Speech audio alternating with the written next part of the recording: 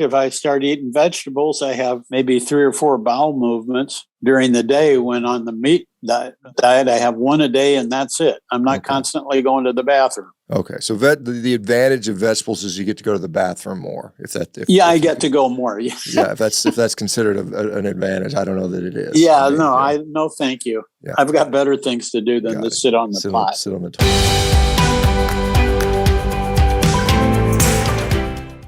Well, thank you very much for doing this. Just out of curiosity, where are you located? I know you're in a I'm located in Redding, California. Oh, Redding. Okay. Northern California. Yeah. I will, if you'll indulge me. There was a guy named Dave Brown who lived in Redding, California, who was one of the top athletes in the Highland Games, which is a sport where you run around with a kilt and you throw things. And I did that. I was actually fairly competitive. I actually won a world championship as a masters athlete. But I was trying to train with different high-level professionals to kind of learn how to do the sport better. And Dave lived in Redding, and I was literally booked an appointment to go to spend 3 or 4 days with him to learn how to throw logs and stones and crap, But I ended up going to see a guy named Ryan Vieira who was in Modesto, California instead, because Dave was just booked up for some reason. And I've driven through Redding a couple times. That's my experience in Redding. But anyway, so I thought I'd share that. So why don't we get started? So tell us a little bit about who you are, what's going on, what brought you here, and I assume a carnivore diet has impacted you in some way. So if we'll share this, let's give us your background if you don't mind. Well, the carnivore diet was wonderful for me. What started it off was my experience with cancer. Cancer is one of those things that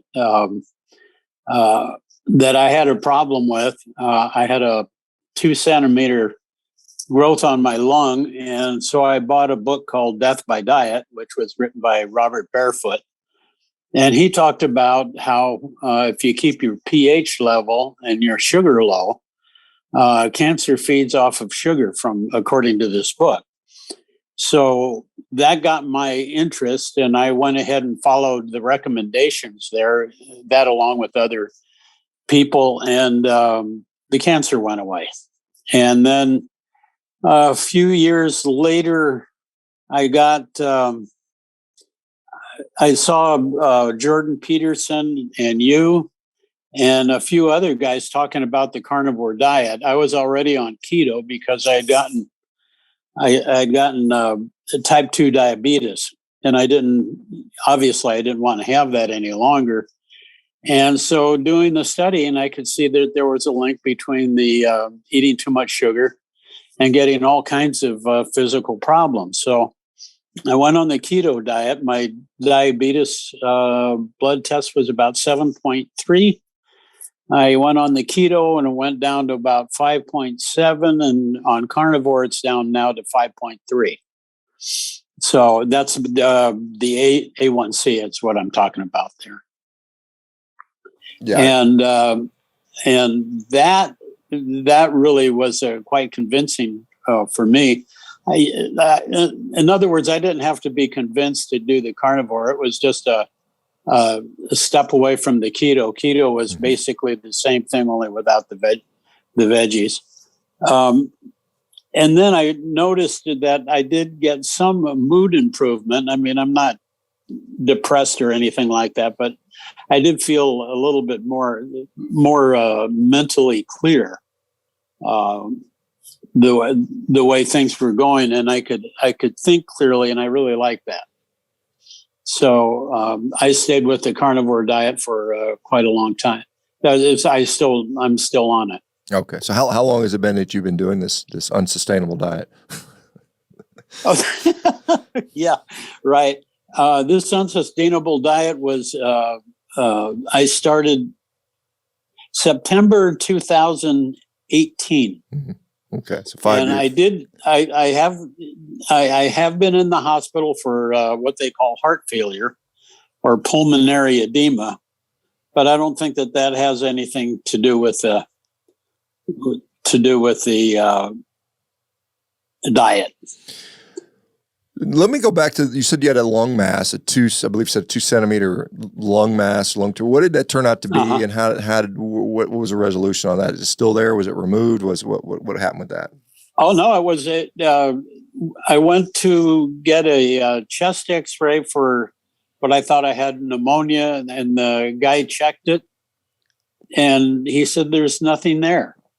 And I said, well, there was before, and I've got a picture of it, and it's clear. The lung is clear, but I didn't do any biopsy I didn't do any surgery. I really don't want to have anything like that unless I'm unconscious and I don't have a choice. Okay. Yeah. Like depending on if they do a big thoracotomy, that's they cut between your ribs. That's a pretty big procedure. And so it was a mass on your lung. Don't know for sure what it was, but whatever it was, it went away. Is that fair to say? Yeah, it was a 2 centimeter mass, and that's what it was. Yeah, okay. I didn't allow the biopsy because at the time I thought they might spread the cancer, but I don't think that would have happened. But the big deal is that the carnivore diet helped me to keep the sugar out of my system. Yeah, sure. And so what I wanted to keep my body fluids in an alkaline, and I just checked mine today, and it's about 7.5, or yesterday. That's a 7.5 about. You checked the pH of what? The pH level of my system, yes. Your system, meaning your blood or my saliva. Salivary pH. Okay. Yeah. Yeah, because your blood pH is generally tightly regulated, but generally it usually goes between 7.35 and 7.45, and it kind of maintains that range pretty aggressively. Our body defends that, and it's hard to. Outside of like acute breathing, you can breathe up and you can breathe up your pH a little bit, but other than a normal steady state, it's pretty regulatedly tight. So, when are you anybody around you that would say, "What the hell are you doing? Why are you doing these crazy diets?" Is there any people that sort of wonder about what you're doing? Well, my reasoning for it was to have an easy way to lower the sugar. That was my main reason for taking the carnivore diet. And of course, I lost on the carnivore, I lost about 50 pounds, approximately 50 pounds after I'd already lost 29 pounds on the keto diet. So that's 80 pounds or 79 pounds. That's quite a bit of weight for sure. And undoubtedly, your health is going to get better. And some people say, well, it's just weight loss. It's not the carnivore diet. You could have done it on any diet. Why do you think a carnivore diet was so efficacious in you losing weight, whereas I assume maybe you had tried things in years previous that were maybe some other kind of diet style? Well, I tried the Atkins diet, and I lost 52 pounds on that one. Okay, so too low carb. Way back when, that was about well over 20 years ago. I just got too fat. You could stamp Goodyear on my ass and fly me over the Super Bowl. Okay, it was ridiculous. So what do you think caused that? Why what was going on that made you gain weight, and why couldn't you just lose it? I think of what I was eating, the standard American diet. I would go eat lunch at a restaurant almost every day, and I would have a cheeseburger with fries and a cup of coffee. And I would do this probably 5 times a week at least, and then I go out and take my wife at the time, I would take her out to dinner a few times, and before you know it, I got heavy just by eating restaurant food, and then I didn't know any better. I didn't know not to eat vegetables, because a lot of the vegetables produce the sugar. They have a lot of carbs and they produce sugar. Mm-hmm. And so the sugar was the thing that I was after, to get rid of it. Yeah, well, there's no doubt that carbohydrates in general will break down into glucose. That's pretty well established. And so how long had you had the diagnosis of type 2 diabetes, do you think? Or was it known? I had it August 2016. Okay. And it was 7.3. And then right on that, about September, I started the keto diet. Mm-hmm. And that's when they said that I didn't have type 2 diabetes any longer. Okay, so you got down to 5.7, which is kind of this 5.7, right? Yeah, that's at the cusp of pre-diabetic, and then now you have a normal hemoglobin A1C of 5.2 or 3, I think. Yeah, 5. It's 5.3.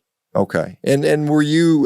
Finger stick continuous glucose monitor? How did you sort of assess your or did you do any of that? I lasted on the conventional treatment for about a week and a half. I did not like pricking myself on the finger, taking my blood and doing all of that kind of stuff, and taking metformin.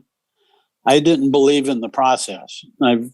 I've seen what they do with cancer, and I'm sure that they were screwing up the diabetic treatment. Just out of curiosity, and I suspect I know what the result. Well, what did they tell you to do when you got diagnosed with diabetes? What did they send you to a nutritionist and say do this, and this, and what was the advice? They just gave me the little packet, to check my blood, and gave me some tabs and the metformin.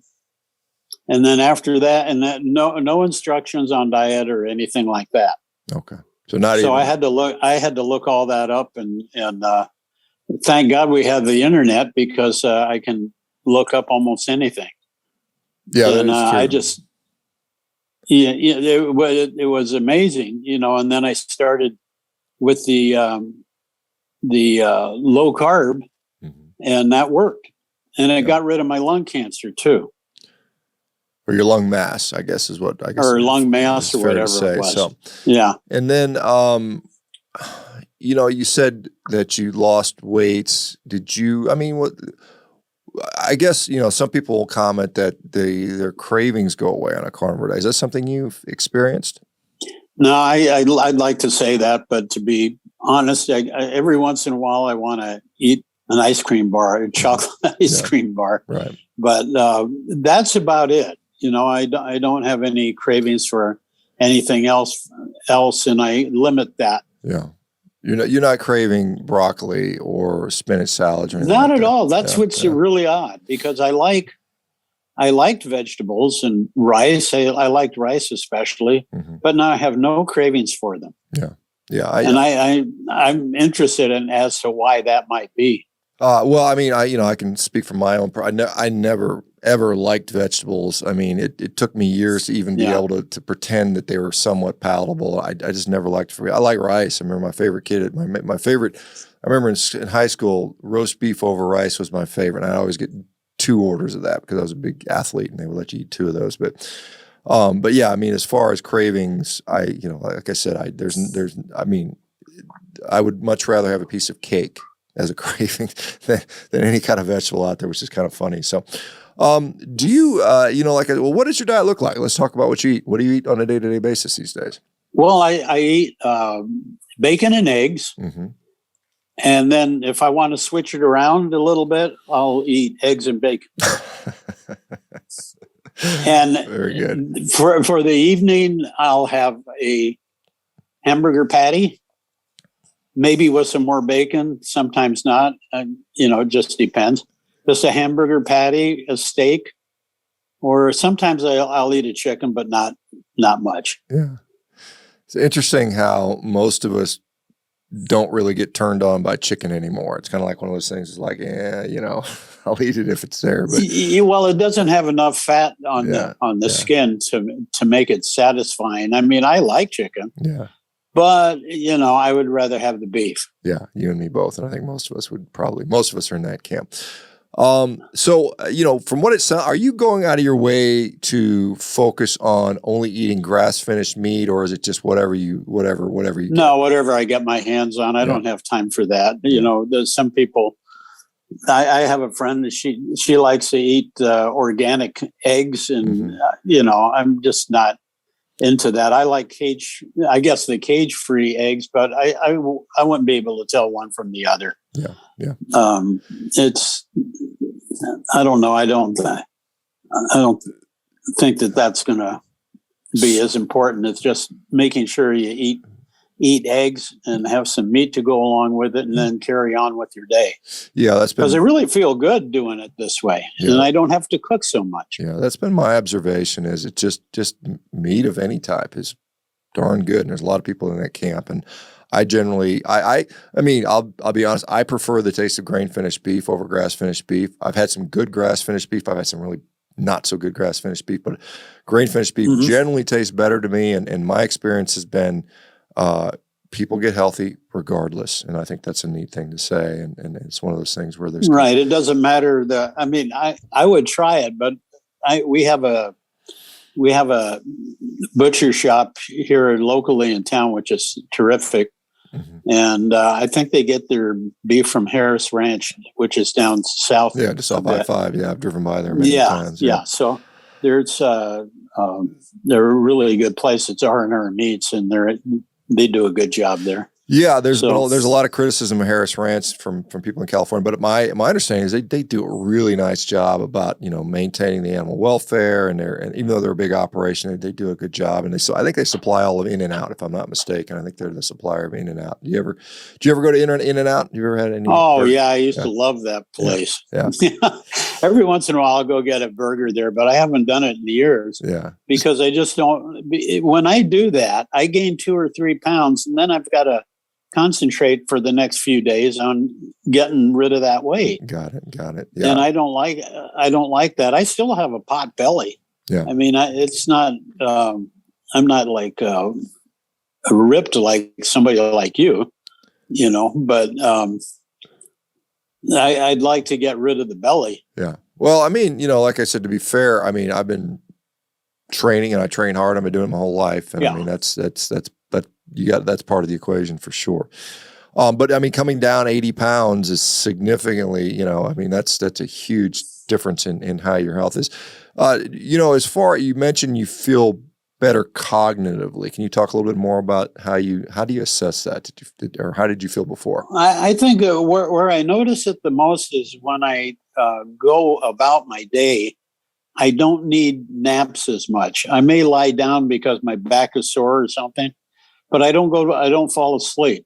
And so I can go, all day long and into the evening before I go to bed. I'll go to bed at 8 or 9 o'clock, not much past 9 o'clock, and I'll sleep. I feel a lot better, and I'm up doing whatever it is that I want to do. Now, how old are you, if you don't mind sharing? I'll be 76 on January 3rd, 7 days before your birthday. Oh wow! Well, I would. Yeah. I mean, totally. I was thinking you were going to say something in your 60s. So good for you. I mean, you look pretty darn good for 76. I mean, that's well, thank you. Pretty impressive. But that's because the carnivore diet works really, really well. Yeah. In my opinion. Yeah. It works so good, and I don't overeat at all, and I'm losing my craving. The last craving I still have is sugar. Yeah, and that's with the ice cream bars and all of that kind of thing. I wish I could get rid of it, but we'll keep plugging away, and I share the opinion that I think the carnivore diet is very effective for providing health for many people. Let me go back, because you did mention I don't want to overlook this. You had some issue with congestive heart failure, something happening recently. Tell us a little bit more about that.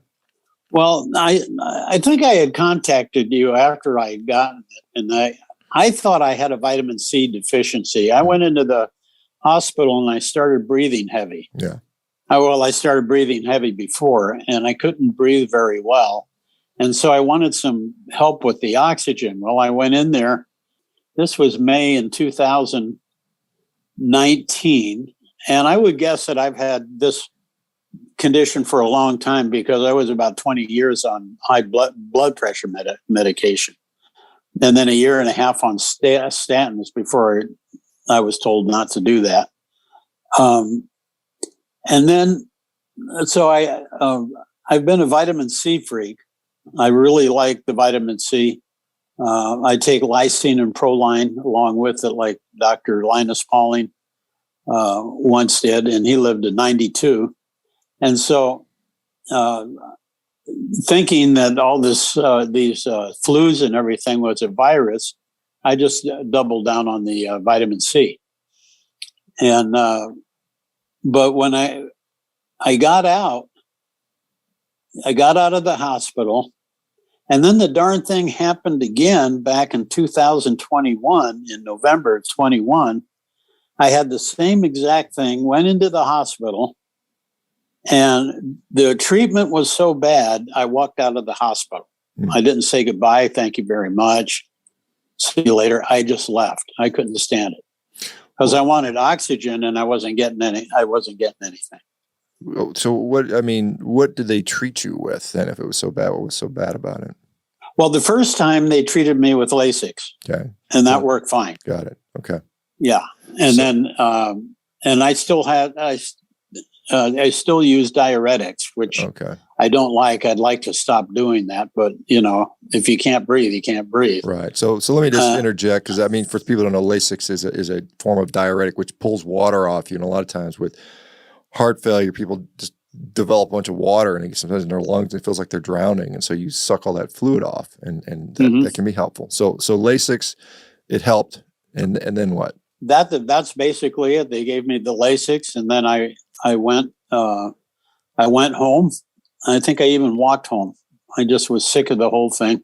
And I walked home, and I did it again in November of 2021. I walked out of it because they weren't doing anything. I was there 5 hours and I needed air. And what happened is that then the breathing wasn't so bad again. So I just went home. Okay. And that's basically where it is. And I still get, like this morning before the show here, I had a hard time breathing. I don't know what it is. I used liquid oxygen with a glass of water, put that in there, and everything calms down. Weird. So, have they done cardiac function testing? You had echocardiography. I don't. You haven't had that. So no one's checked. I've got some. I had some EKGs way back when. I could only get to about 115 on the what do you call that? The where you run on it. The treadmill, Cooper test. Treadmill, yeah.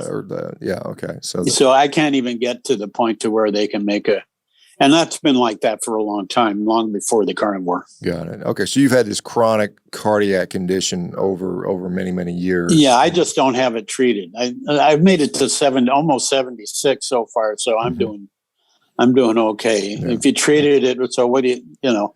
So currently your treatment for that is a diuretic from time to time, and that's pretty much it. Okay. I'm using the diuretics every day. There's a natural one called Water Out, and I use that. And then I do have the Lasix. Yeah. Just in case it gets. What I'm trying to do is control the water buildup without the drug. Got it. And if I can do it. Often when people are on Lasix, they're often also on supplementary potassium. Is that something that they have you on as well, or no? No, they didn't do that, but I read where you should do that, so I'm doing that. Okay. So I am putting in potassium in there. When would you say you were at your worst with regard to your cardiac function? Was it have you seen a gradual improvement, or is it about the same, or was it worse at one time? It's I really can't answer that because I wasn't as aware of it as I am now of the medical issues. But I would say I didn't notice much of anything up until the last few years. Okay. So it's just probably just age. But if I can keep going all day long, on the carnivore diet, it would seem to me that that's benefiting me a lot. Well, I've certainly seen people, and there's some people within our group that have had heart attacks and have seen loss of cardiac function. I've actually seen it recover while on a carnivore diet, particularly thinking of things like ejection fraction, which is how much blood your heart squeezes out each beat. We see about 65, 70% of your blood squeezes out from the left ventricle. And then when you go into congestive heart failure, it reduces to 30%, 40%, something like that. So we've seen people that have recovered that. So it's interesting. Well, yesterday I was walking the dogs at the dog park, and I was okay until about the last third of a mile, and I was huffing and puffing, and my legs were tired, and I couldn't. I just barely made it to the car. Drove home. Then what I did was for lack of anything, because I don't want to go to the hospital, obviously, I put in some liquid oxygen into a glass of water, 10 drops of it, into a glass of water, drank it, and I was normal within about 5 or 10 minutes. Yeah, that was weird. I'm not familiar with the liquid oxygen drinks and how they would have an efficacy. Maybe the fact you just took a break and, I don't know. I'm just wondering about that.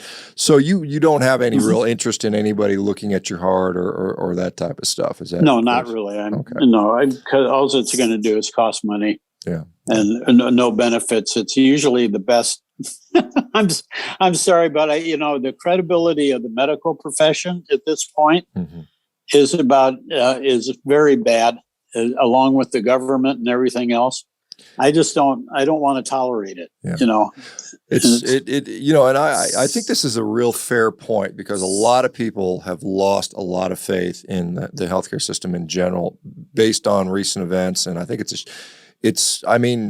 some of it is warranted, unfortunately, and it's going to take a long time for a lot of people to regain trust. Well, I had a friend of mine. She went to the hospital last Thanksgiving, and she went to the hospital for COVID. Her respiratory was down to 68. Her the oximeter, oxygen saturation. Yeah, sure. And I look at that a lot as a guy. Anyway, she went in there about a week or so later. She gets on the ventilator.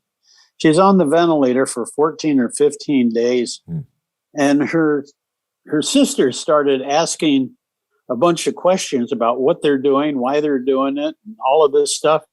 They got so upset they kicked her out. They kicked her out of the hospital. And they said if I hadn't have been home, she would have been there by herself. So there's something going on, and it's not good, and I'm not liking it. And I can't, without evidence, I'm not going to say what I think. Yeah. But I don't like what I'm seeing with the doctors. I would rather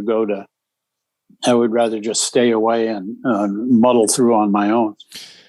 As a physician, I have to say that in some cases it's better just to avoid the damn doctors. I've got to be honest with you. About that. Now, obviously, I think physicians can be effective and useful in certain conditions, but we're seeing a lot of unfortunately maybe things happening that don't often benefit the patient. So I can't blame you for being skeptical. I just have to say that. But I see some friends with fibromyalgia, and I can't even believe it. The problems they have if they just change their diet around. Yeah, that's one a bit. That fibromyalgia, that you could do a show on that one. That's unbelievable. Yeah, the type of things that I hear these people talk about, what their doctors say, and you can tell the doctors don't really know what in the hell's going on.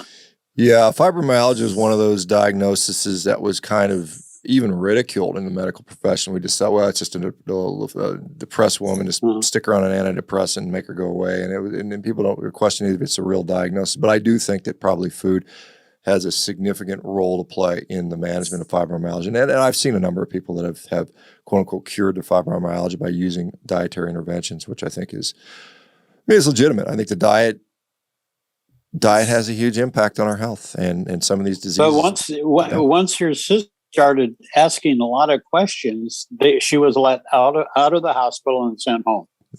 Yeah. And she didn't have any other place to stay. Was her own home. But that was really interesting. You put the pressure on them, and they don't like it. Yeah, well, no one does. No one likes being questioned. It's always, and to be fair, these people don't know any better. They think that there's there's a one size fits all medicine, and it's mostly pharmaceutical. And if you don't want to go down that route, then you're kind of wasting their time, and they feel that you're wasting their time. That's how I feel about the cardiac, because I wouldn't take any of their medications that they would give me anyway. Yeah. Well, you do it. Ultimately, you do it. It's your own body. You have a choice. It's me. Yeah, my body, my choice. Right. Right. Well, supposedly, theoretically. Anyway. Yeah. Anyway, we'll see. So your routine has been bacon and eggs, or eggs and bacon, depending if you're feeling kind of sassy. You'll maybe switch it up and have them in different order, I guess. But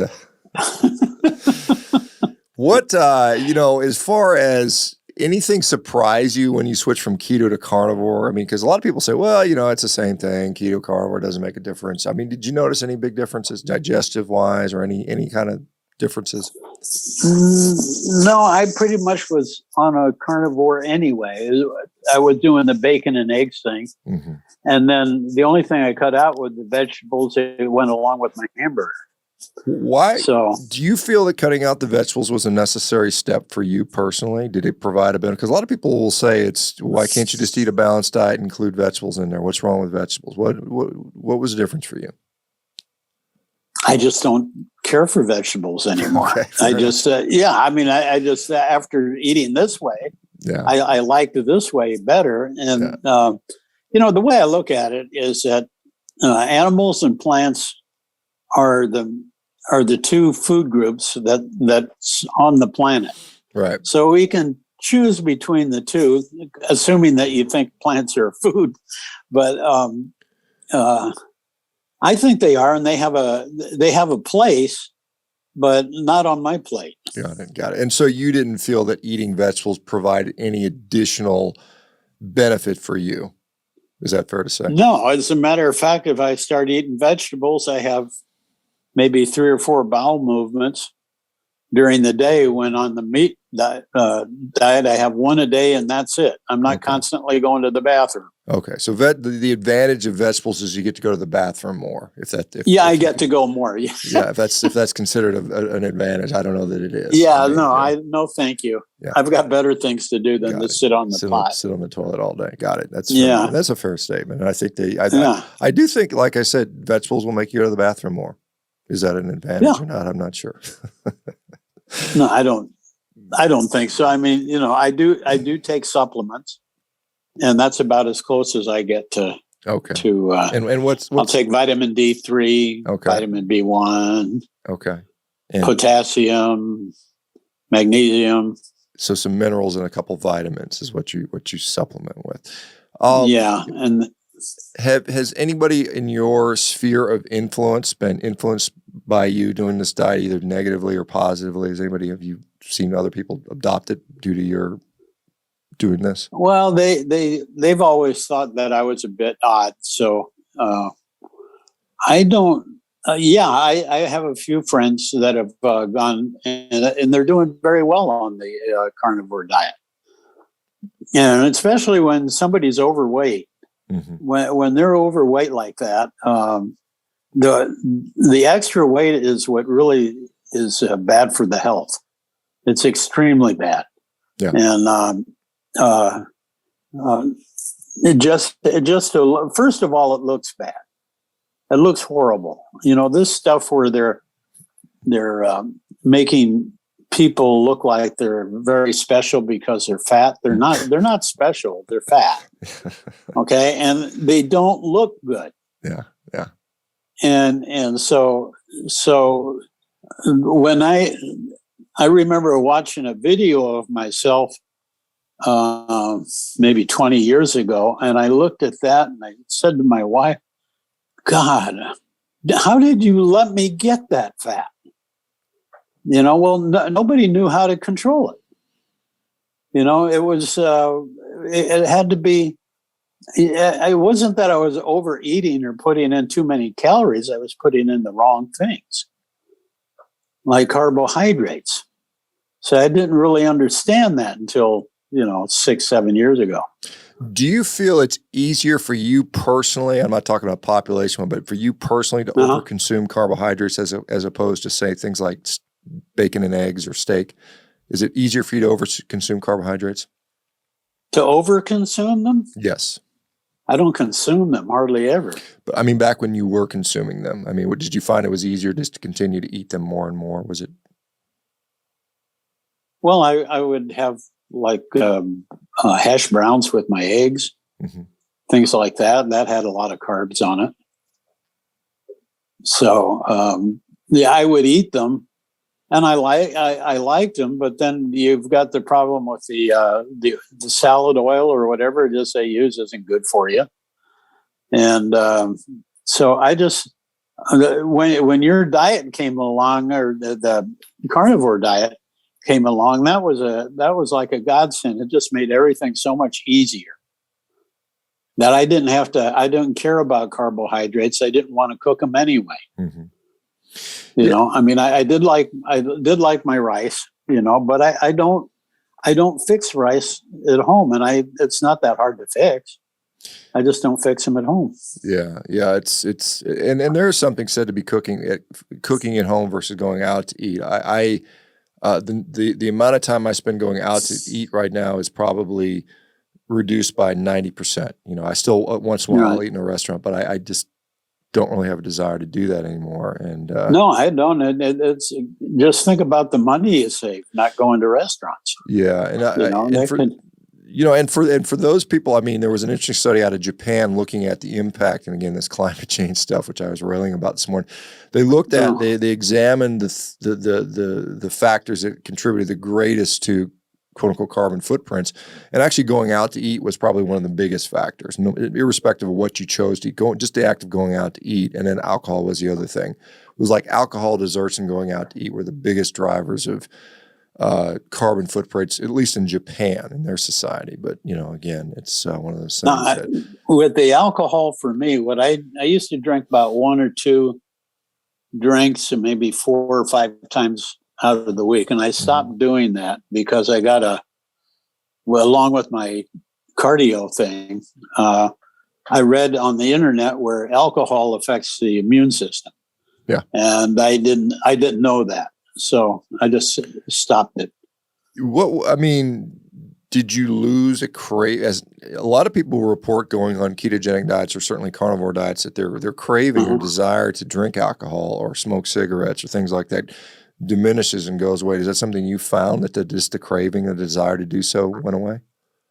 Well, once I figured out that it was bad for the immune system, I stopped doing it. I thought it was healthy to drink just a little bit. Mm-hmm.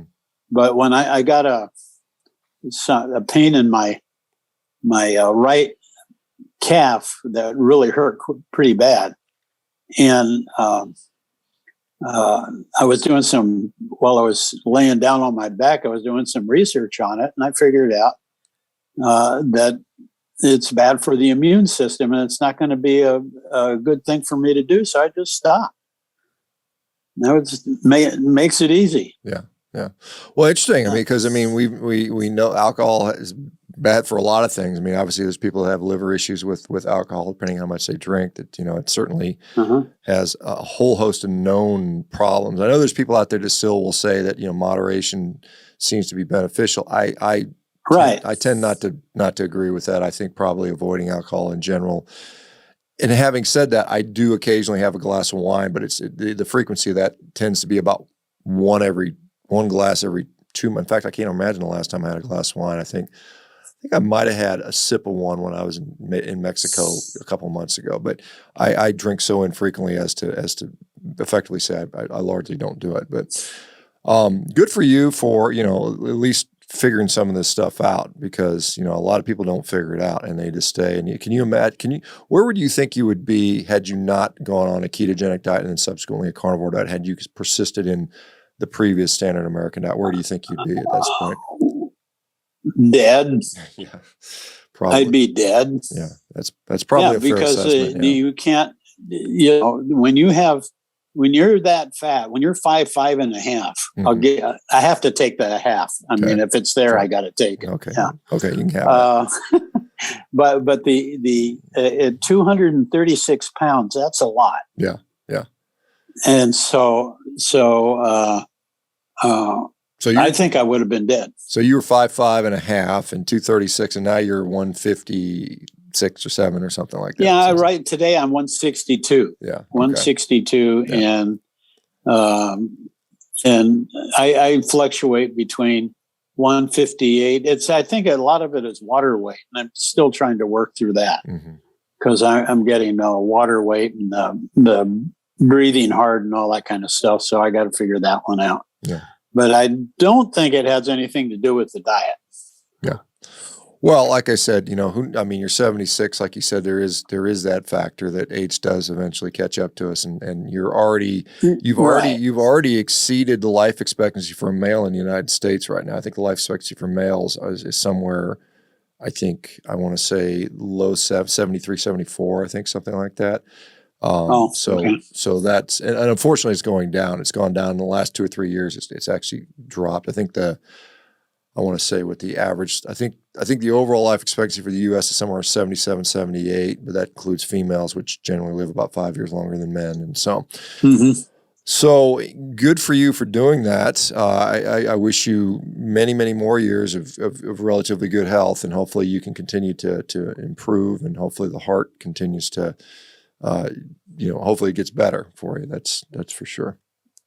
Yeah, I appreciate you having me on. It was a lot of fun. Yeah, I appreciate it. Like I said, we're unfortunately coming to the end of our time here. It's good to see you doing well. Continue to feel free to stop by the community if you want, and we'd love to hear an update on how you're doing. Anyway, Al, thank you so much. The rest of you guys, thanks for being here. We'll be back again, of course, tomorrow, and then I think tomorrow and Thursday, Friday, I'm going to be gone because I'm in Nashville presenting to the various cattlemen's associations to talk about, hey, what you learned. Anyway, there's a lot of synergy between cattle producers and what I do. So thank you guys. You just keep going. We need people like you to keep the meat thing going. Yeah. And because you got your little freaks like Bill Gates out there wanting to give you that Beyond Burger. Yeah, the Bug Burgers and the Beyond Burgers. No thanks. So. And the Frankenstein Lab Burgers. No thanks on all that stuff. So yeah.